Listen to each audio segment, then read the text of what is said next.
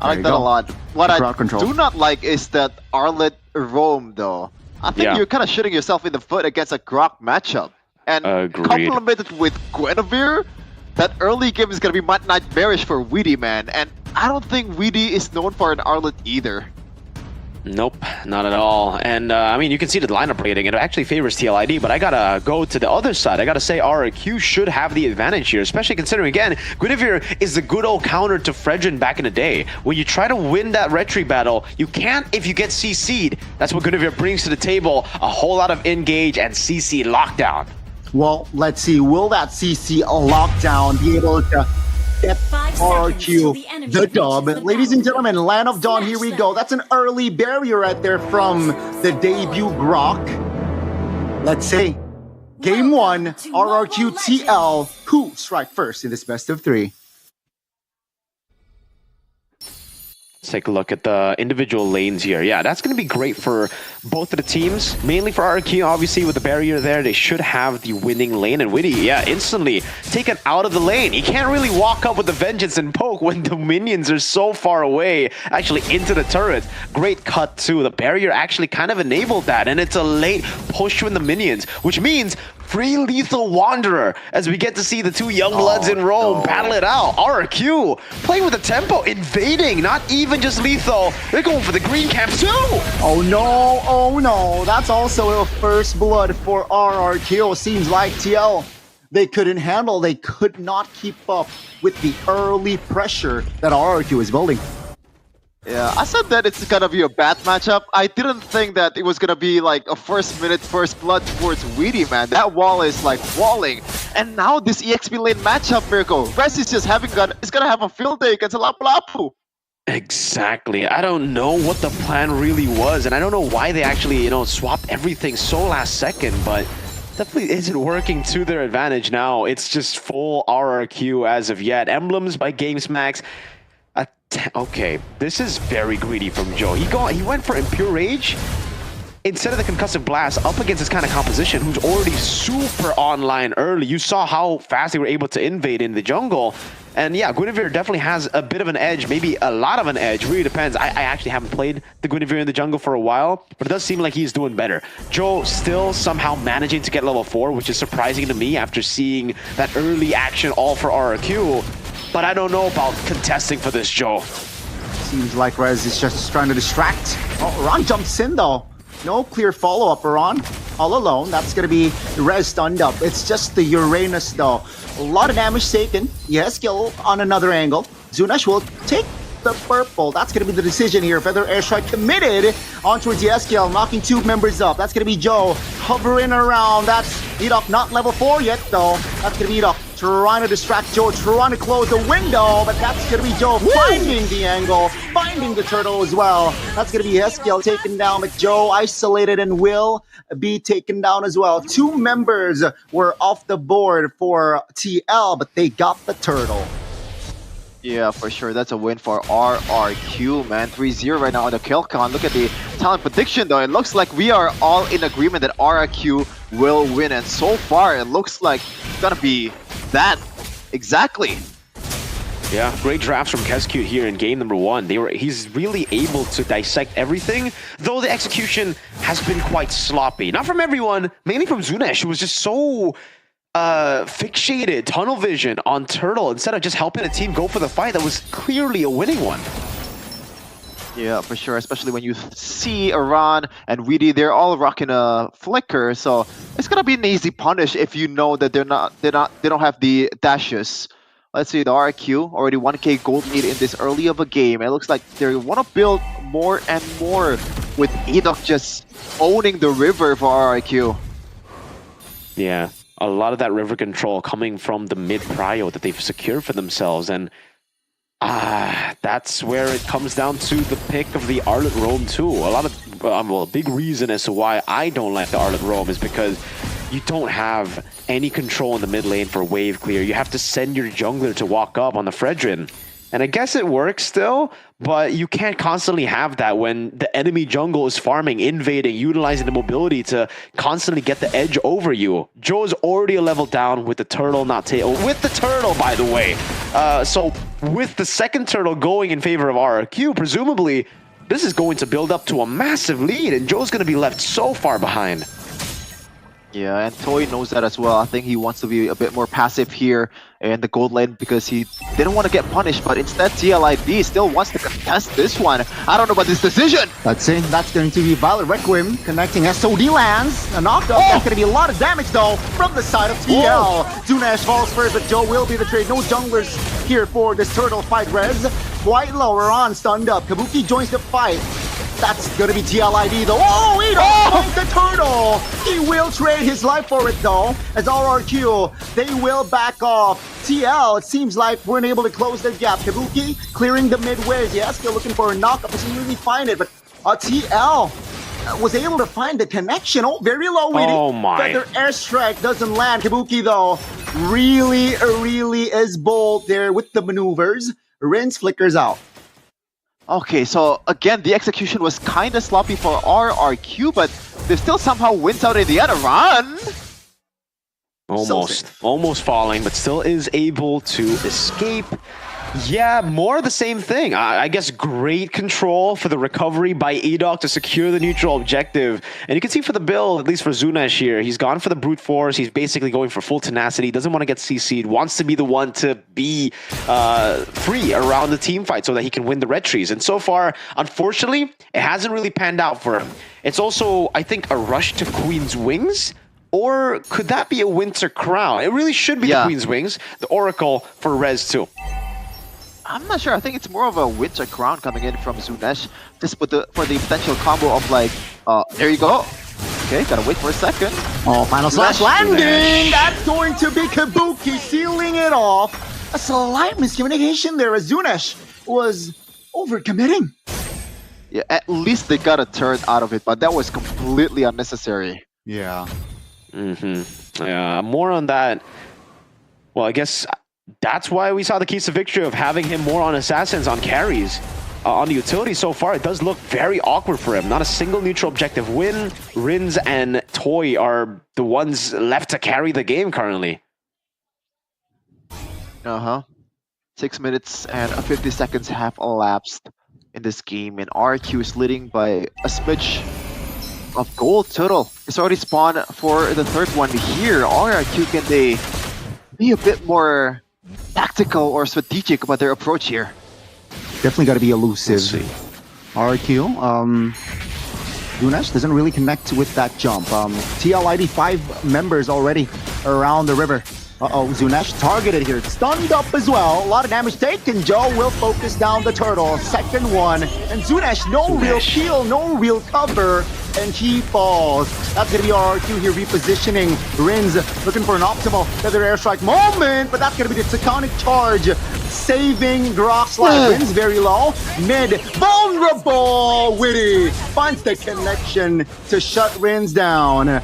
SOD doesn't land, unfortunately, and RRQ, they are on the back foot. That jump from Zunesh, the initial jump was so bad, but the fact that he just didn't get out immediately is more questionable for me. Agreed, man. RRQ definitely, you know, miscoordinating a lot of their engages, and TLID are just capitalizing on it. It's not like TLID are they're not forcing RRQ to make these mistakes. RRQ are just very disorganized as of right now. Rez as well walks up, able to buy some time. Well, it buys the bravest fighter, baits it out, but they're not really able to get much. Zunesh. That's a jump, that's a burst, not enough to take his skill down. Zunesh now in trouble, taunted. That's gonna be the crowd control. Lord. Just too much for Zunesh to handle. RRQ now looking to reposition. Flicker from Edok seems like will not be enough. Key falls as well as RRQ. They are getting dismantled here. TL just in the jungles of RRQ already. Yeah, I think the idea was good from Zunesh, and he was able to spend or like get the resources away from Yeskiel with that Purify, but the follow-up was just not there. RQ needs to be a bit more coordinated with their approach. At this point, they're really just playing for the late game. Toy has been farming like a monster, already very close to the 3-item power spike, but even then, I don't know. Look at the Sky Piercer stacks already coming in for Kabuki. He's already gotten 2 on the board at 9 minutes, which is solid stuff. 1,000 gold lead. Zunesh finally gets the winner crown, which will definitely help him in his endeavors to secure neutral objectives. But I don't know, maybe he should have just waited for the winner crown at this point. He's been going in a bit too ham every single fight. Yeah. Gotta be a bit more tactical with the second skill, the spatial migration, man. That's the make or break skill for RRQ's composition. If it doesn't land, it's not gonna work out. Now, the Lord fight is coming up. Let's see, Zunesh not looking too comfortable on this Guinevere so far. Will he be able to redeem himself? Rez now, half HP. Man. Rins, gotta wait. Oh, that's a better airstrike. Going down, that's Ron stunning Rins. That's Toy though, finding a kill in the mid. That's the SOD lands, landing on towards Kabuki. That's going to be the SOD as well, dealing a lot of damage. Oh, Zunesh gotta be careful there with the reposition. Very low, so with this, Zunesh will have to go back. RRQ, even though they're a man up, they can't really control the Lord here. As Joe Arani has skill, Witty will be up in 5. Rez now, taunt, that's a taunt. Kabuki now will join. RRQ, do they have enough time now?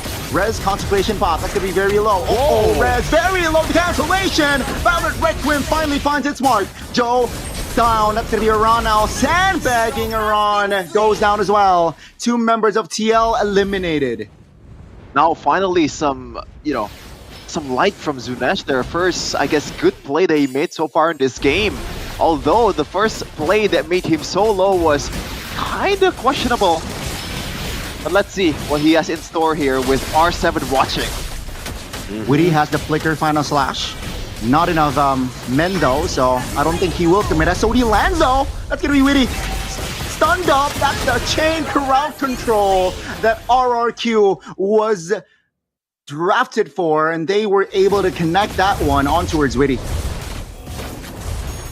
Good stuff. Finally, some good stuff from RRQ. Again, you did mention a bit earlier, Sheffin, but now we actually finally get to see how the composition is supposed to work. And turns out it is actually waiting for the power spikes for Rins, Toy, and Rez. All 3 of them need to be online before they go for these big fights. Unless, you know, they win out the first turtle, which they technically did, but they didn't secure the neutral objective. If they did, I think this would be online much sooner. But yeah, I think I got to give most of the props, not to Zunesh, but to Toy, Rez, for being able to farm up so quickly, to become the force that is the carry at this point of the game. Zunesh has to respect that. I think we need to see a lot more of that. But TLID have actually taken an interesting approach to defending the siege.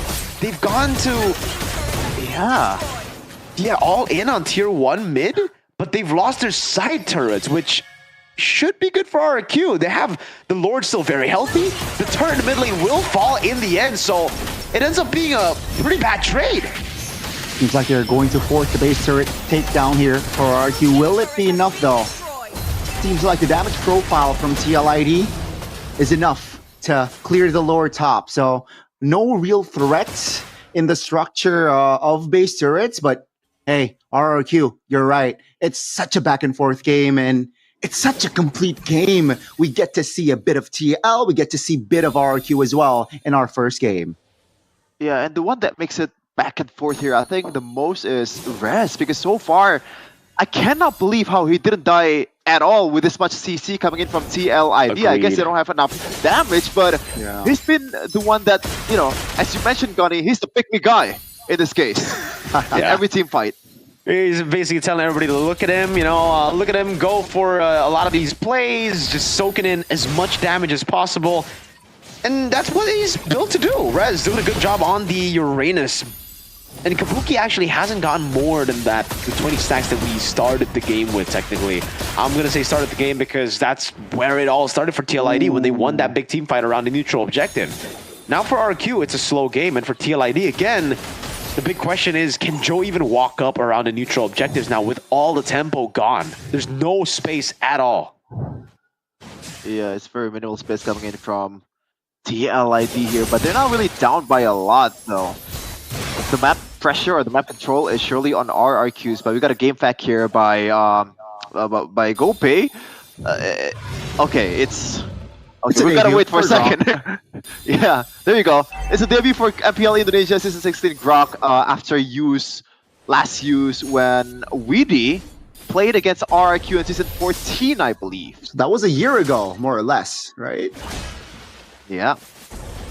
It's a long time ago, man. It was a while ago, you know. Top That lane, though, matchup, by the way, was won by RRQ. Ooh, interesting.